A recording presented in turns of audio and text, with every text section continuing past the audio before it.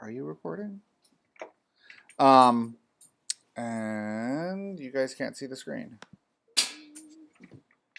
So if everyone wants to get their Pirates of Penzance drawing open,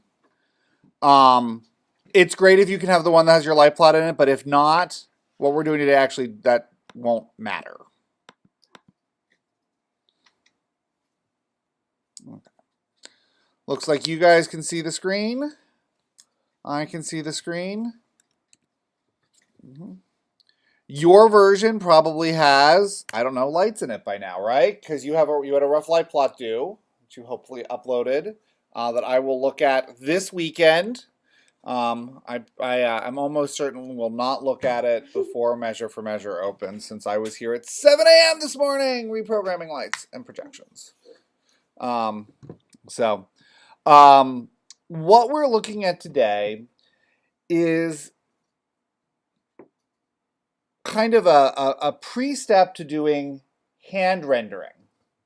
And we're going to talk about hand rendering and storyboards in about a week. By the way, just quick reminder, Monday, what are we doing in class?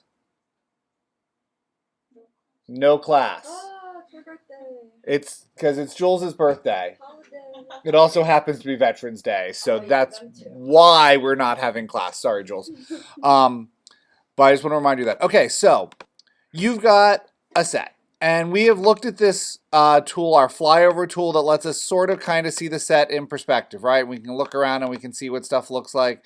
And we see those little floating dots. Those are our focus points. Okay, if you don't want to see them and you may not want for this project, you can turn them off. Okay, don't delete them. If you delete them, they're gone. Is it possible to turn off, like, in the top view, the big circles, but still have the focus points where it says, like, A with the small circles? If you did them on separate classes or layers, yes. So you have to do that. Yes. Okay. It looks like I have a couple focus points that aren't on the right class or layer, but that's fine for today. So we can look around at this, and this is a three-dimensional view, but it's not a perspective view. It's technically an orthogonal view. Well, it's a variation on an orthogonal view, which is nice and it's lovely, and we understand it. We can look at that and we go, yes, we understand what all that means. When we're working with directors, however, it doesn't look right. It's not actually in perspective. So what we want to talk about today is how we actually get vectorworks to give us a proper perspective drawing, and then how we print that out, which is a step to doing storyboards, which we're talking about in, I think, about 2 weeks. So we're moving around in 3D, lovely, lovely, lovely, but it's not perspective. We go to view, we come down and we have projection, and we have several types of projection. We have 2D plan, orthogonal, 3 that say perspective, I guess 4 that say perspective, and the ones at the bottom. Generally, I usually just pick normal perspective, but pick one of the perspectives and look at it. Click it. Like I said, I'm clicking normal perspective. And all of a sudden, as you notice as things look around, this actually looks like perspective drawing. If you did that in elementary school with a vanishing point and things in the background get smaller, and hey, look at that. This is what our set looks like. And remember, we can even go and render the set out. We can go do it in OpenGL, which is pretty quick. We can do it in any of the others. And we get to see our set in perspective. And you're like, wow, that's kind of not that magical. But it is. I promise you it is. I can zoom in and we really get to look at this. For your vectorworks 4 assignment, the actual way you would like to render the set out is in hidden line. And remember, hidden line just shows you what you would see, but as a line drawing. So no color, no anything else, just, you know, here's what the set looks like. And the theater and the space. If I were you as I was doing this assignment, I'd also probably turn off my electrics. So that we pretty much just have a set. And that's a nice picture of a set. What is missing from this, if you're going to show a director what the lighting is going to look like, do you think there's something else the director might want to see besides just the set? No, you're going to draw in the lights. What else might a director care about that you're lighting, aside from the set? Actors! Oh my goodness, we should put in some actors. Now, vectorworks used to have a human person tool. And vectorworks still technically does. It's very, very buried. It's very, very hidden, and it's very, very buggy. So what we need to do is we're going to build a person quickly, because we can do that. Okay. I'm going to go back to a top view just for a moment. I'm going to create a new class called human or person. I'll call it person. Okay. Called person. I'm going to make sure I'm on that class. And I'm going to head over to the side where I've got nothing else drawn, and I'm going to draw a person. So how tall is your average actor? 6 feet. Sure, I love it. I happen to be 6 feet tall. Actually, I'm 6'2", but close enough. So I'm going to draw a 6-foot line. That is a person, right? Well, it's the right size of a person. Okay. How many in here have taken costume class? Anyone? Anyone? No? Okay. Well, if you take costume class, you will learn that people, when you draw a person, they're about 8 heads high. So if we say 6 feet, that's 72 inches. 8 into 72 is 9. So let's draw a 9-foot circle so that we can get ahead.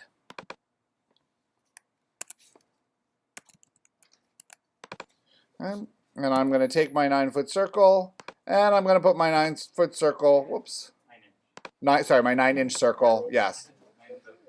9-inch circle, 9-inch circle, put that at the top of my stick that is my 6-foot person. So the top of the head is aligned with the top of my 6-foot stick. Okay. What kind of shape is a torso? Kind of a rectangle, right? Okay, and the torso goes, it's about 3 feet. So we're going to put a neck there, so I'm going to say 2'6". I'm going to then put in a little bit of a neck. Whoops, let me put the neck on center. Make this person not look horribly dippy. Actually get the neck on center.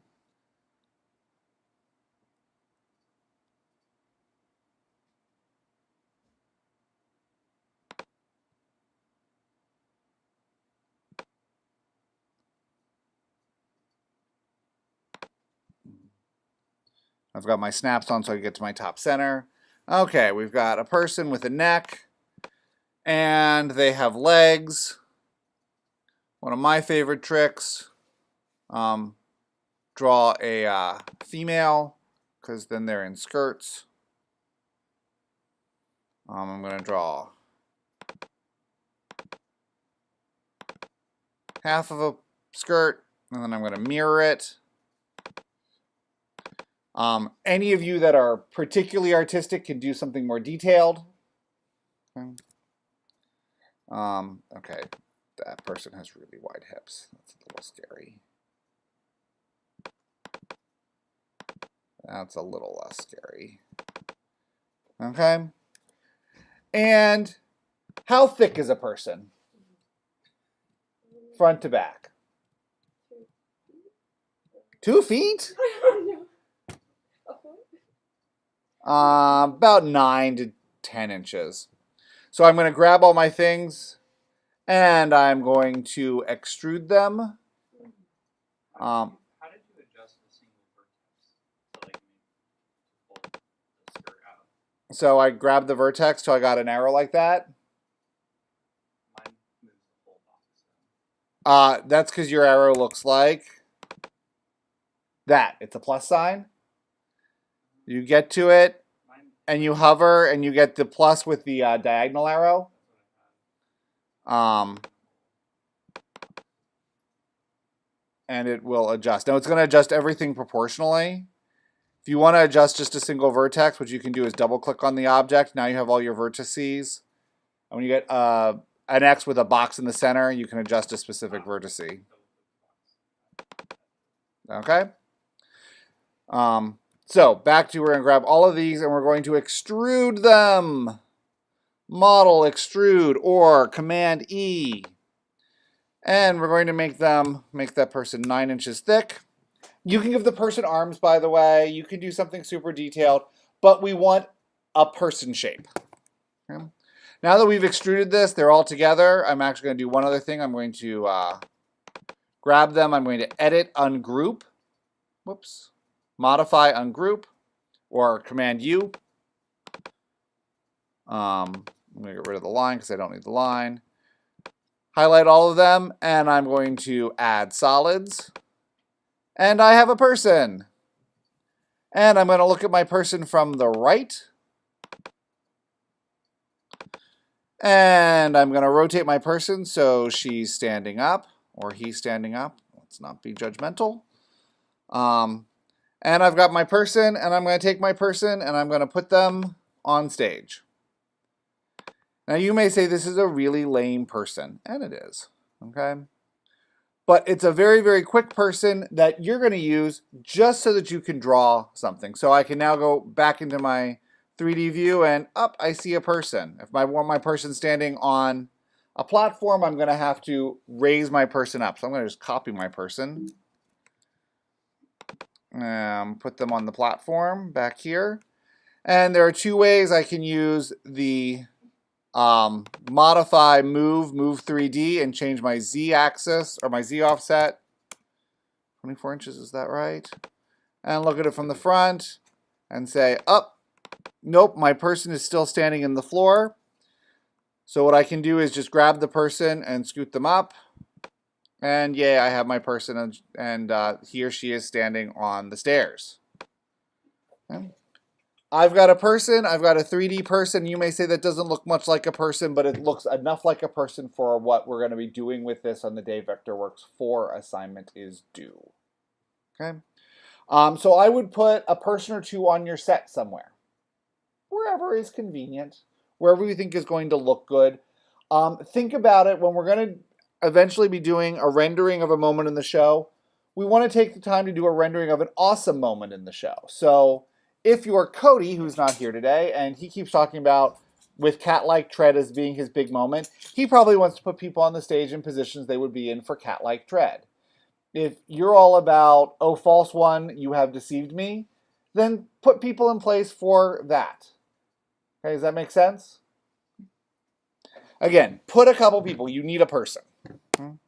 And this way, while the person looks dippy or looks kind of approximate, that might be a better way to say it, this functions a lot better than the classic person tool,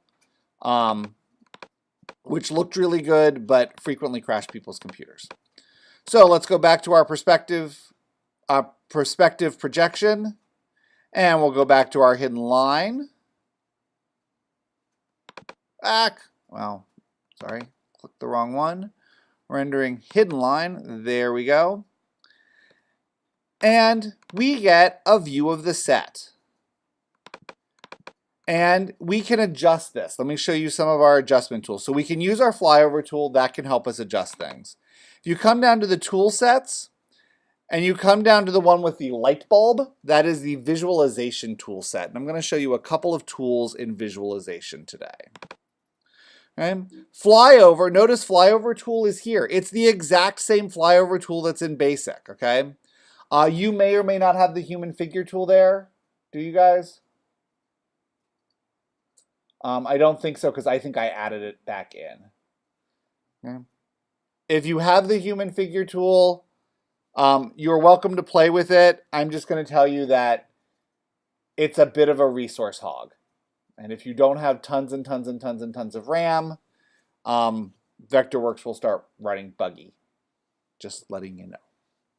Oh, by the way, anyone who updated to the new Mac operating system, there is a patch in Vectorworks for it. You will need to do it because you will have problems. Jules and I discovered that last week. Okay? So let's look at these tools. The flyover tool is the same flyover tool. It's just in two places, so you can find it either place. The walkthrough tool, it looks like little feet. Okay, now vectorworks is not smart enough. If you walk over the pit, you will just continue to float like a cartoon character. You won't go plummeting down. But this allows you to, in this kind of same setup, you move through, you actually walk through. Okay, and yes, you're going to have to render at the end and go, that's too close. We're going to ultimately be trying to find a really good view here, a really good picture of what we like. Oh, I like that. Okay. Oh, wait, maybe I want to turn to the left. Or maybe I want to turn to the right. That's my walkthrough tool. Okay. Again, play with it, have fun with it. Translate view tool is another way to move around through 3D space, okay? This keeps you kind of still but moves the space around you. It's kind of like moving your head, okay? And then yes, you're going to have to re-render at the end. It's going to give you a quick approximation of all your renders, but then you're going to have to do a proper rendering when you're done. Okay? And rotate view. I'm going to admit before I click this button and you hear me say, oh drat, I have a hard time with rotate view. I just am not smooth enough apparently. Click and hold and it allows you to rotate around. Look at that. But I always end up with a kind of wonky, not level stage anymore. Which I find really hard to fix with my flyover tool. And when I get this way, I just go back to a top view and start over. Okay, remember Command 5 will always get you back to your top plan view. And then view, projection, perspective, rendering, hidden line, and yay, I like that, okay? Play with those tools. We're gonna be looking to make a great view, a view that we like, a view that is worth hanging on to. A view that is worth saving, okay? And that's what we're going to do now. We're going to save the view. I have found this view. I like it. By the way, you can save a 3D view. You can save a 2D view. I'm going to show you all the things the view saves. And there are a lot of things you can do with this as you're working and go, ooh, yes, I always want to come back to this. Let me save a view. And we can always pop back to it. Okay, so to save a view, we're going to use our view menu, okay? And we're going to come down and we're going to find the command that says save view. Not that that's a huge surprise. Click save view. First thing, name your view. Untitled view 1 is not a useful view name. Okay? I'm going to call this Act 1 perspective. Okay? And look at the things that I have choices to save. Save my view and orientation. So that means it's going to look like this. Save my zoom and pan. Save my page location. Save whether my unified view is on or off. I recommend your unified view being on. It is generally on by default. I will show you how to turn that on and off if you need to. Save render mode and options. Yes. And because this is set up just the way I want it, I want to save my layer visibility and my class visibility. If you're looking at this going, oh, it's almost perfect, but not quite. Like, oh yes, active class. I just don't want my active class to be person. I want it to be something else. I want it to be, I don't know, walls. I don't know why I'd want it to be walls. Oh, the walls are turned off. No.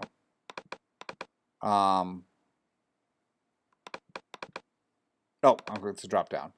I want it to be none. No, I don't want it to be none. Yeah, none's fine. It'll be none. Okay. I click OK. And what happened? Nothing? Well, not nothing. You need your navigation palette open. Do you guys have your navigation palette open? If not, Windows Palette Navigation. And we've looked at layers, or we've looked at classes, we've looked at layers. Okay? We're now going to look at viewports. Oops, sorry, we're going to look at views. 1, 2, 3, 4, 5 over. And Act 1 perspective, it's a view. Okay? I'm just going to show you what I can do. I'm going to go back over here and I'm going to just mess this up. Oh, look, that's not what I want it to be. I click Act 1 Perspective. I double click Act 1 Perspective, and there it goes. Comes back into just what I want. I can be in a plan view, click Act 1 Perspective, things come back. I can turn off all of my classes, which means it's going to be empty. Go back to Act 1 Perspective View, and it all comes back and it resets all my classes. This is a really convenient thing. If you're doing a show with 5 or 6 sets that you have in different classes and layers and things, you can create a view for each one. I often create a view for lighting that takes me to a top plan view and activates my instrument layer so that I'm all ready to do lighting design. You can create as many views as you want. Okay. And, you know, views just set all those things. And let's say you've got a view created and you're like, oh, I need to edit it. Okay. If we double click up there, we select this, we can edit the view. You can change its name if you happen to have called it Untitled 1. It was a bad idea to name it. You can edit all the options that you had before. You can edit them. You can set your layer options, your class options, which layers, which classes, what's active. All of that, your choice. So we now have a view we like, okay?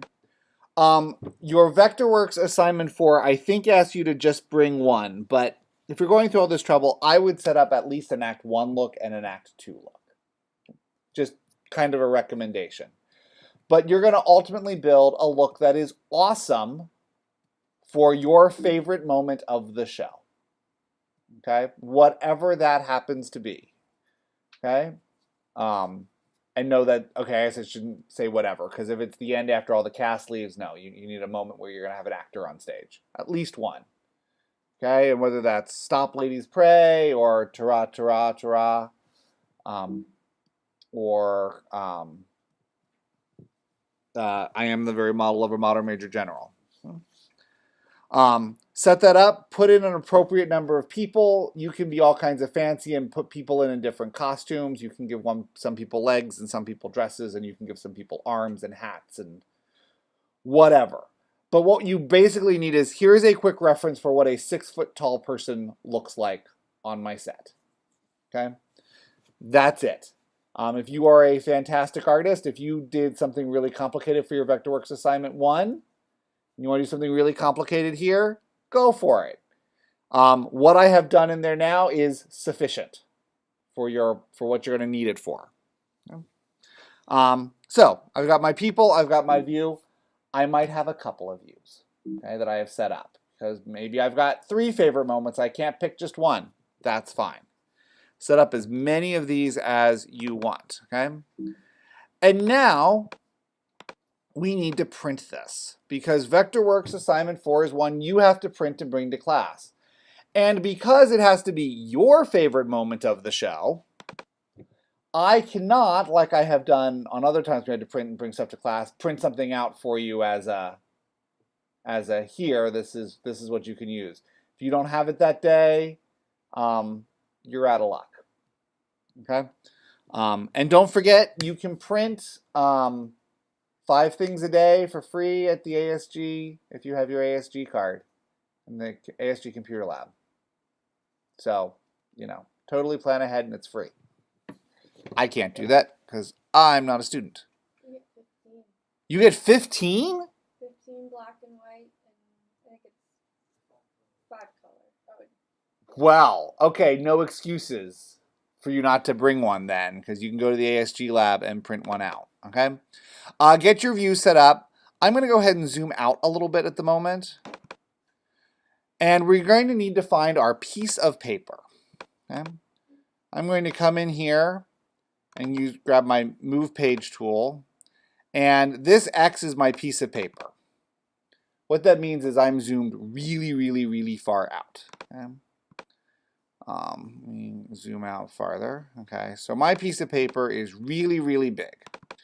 What we would like ultimately is our piece of paper and our view to be about the same size. Okay, I'm going to come in to File. I'm going to go down to Page Setup. I'm going to choose one printer page. I'm going to set up my printer page. So I'm going to set my scale to 100, at least initially. And letter size is what you can print out at the ASG lab. Letter is probably what you can print out at home. Click OK, click OK. And I'm looking at this, I'm going, well, that's not bad. Okay, but that's still an awfully small image. Okay.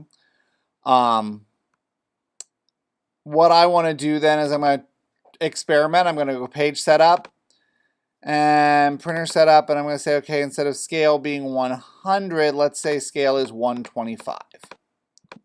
And this is trial and error. You are not going to get it right the first time. And that's still awfully small. Page setup, printer setup. We'll try 175. How did you change your page size?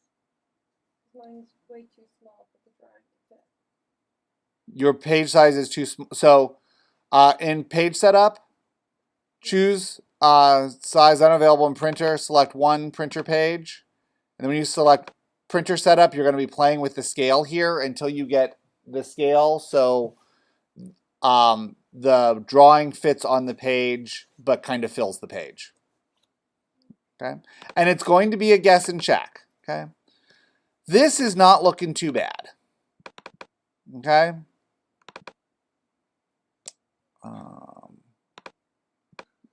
and I zoomed, and that changed everything. But actually, this looks really good because does anyone care about the lighting outside, over here on the sides of the proscenium arch? No, we just care about the lighting on stage. So that's not too bad. Okay. Got that set up? Play with it, work with it till you're happy. Okay. Then I'm going to go File, Export, and I'm going to export as a PDF. And it's going to ask me a whole bunch of questions, but in my general opinion, the defaults are a good answer. Just say OK. Export, you're going to need to name it. I'm going to put it on my desktop for the moment. Pirates of Penzance, My Awesome Moment. PDF. Save. My computer is set to auto-open PDFs. Your computer may or may not be set to auto-open PDFs. And now that I have this as a PDF, I can put it on my little USB drive and take it up to the ASG lab and print 15 copies of it for free every day. Okay? Or I can do 15 of these, or whatever makes you happy. Okay? Does that make sense? And then you're going to bring that in, and then we're going to hand draw a lighting rendering over this. Okay? I'll warn you before we get to the class where we're doing that, but I'm going to ask you to bring some colored pencils or art markers or whatever color media you like. If you're like, no, the only color media I like is watercolor, then once you print this out, Xerox it onto a piece of watercolor paper and bring that into class. If you like oil paints, don't bring those in for class because they're too messy. Okay. Any questions on what that assignment is? Okay. Print this out. I'm going to get this video uploaded tonight. Okay. Actually, hopefully this afternoon. Hopefully even before then. Should we have the focus areas visible? No. I would actually turn off my circle areas as well.